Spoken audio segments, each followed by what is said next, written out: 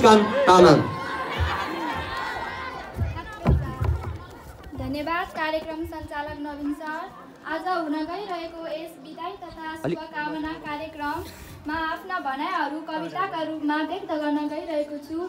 मेरो कविताको शीर्षक रहेको छ विद्यालयको अन्तिम दिन। आएको थियौ हामी यस विद्यालयमा खाली दिमाग पढ्न, नराम्रो कुरा हटाएर राम्रो कुरा सिक्न।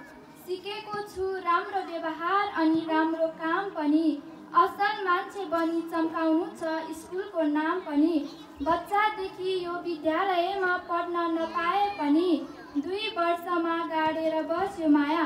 यसरी 2 वर्ष पढेर जाँदा पनि याद आइरहनेछ सृजनशीलको छाया। विदाईहरूको दिन आएपछि मनभित्रैदेखि रोइरह्यो, आँखाबाट आँसु आइरह्यो।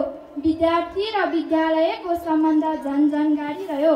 सँगसँगै पढ्ने सँगसँगै खेल्ने साथी नै छुट्दा, कहिले काहीँ झगडा गर्यो सँगसँगै पढ्दा। सम्झेर साथी दिनु है मलाई, गल्तीमा पनि माफ। मित्रता सधैँ अमर हुन्छ, ख्याल ठट्टा अनि गफ।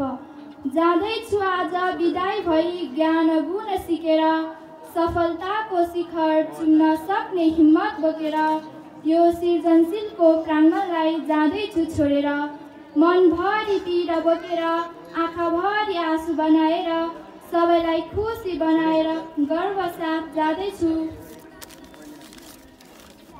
मैले 2 वर्षमा जति नै गल्ती गरे पनि मलाई माफ गरिदिनु है। मेरो सम्मान कम भए पनि मलाई आफ्नो विद्यार्थी मानिदिनु है।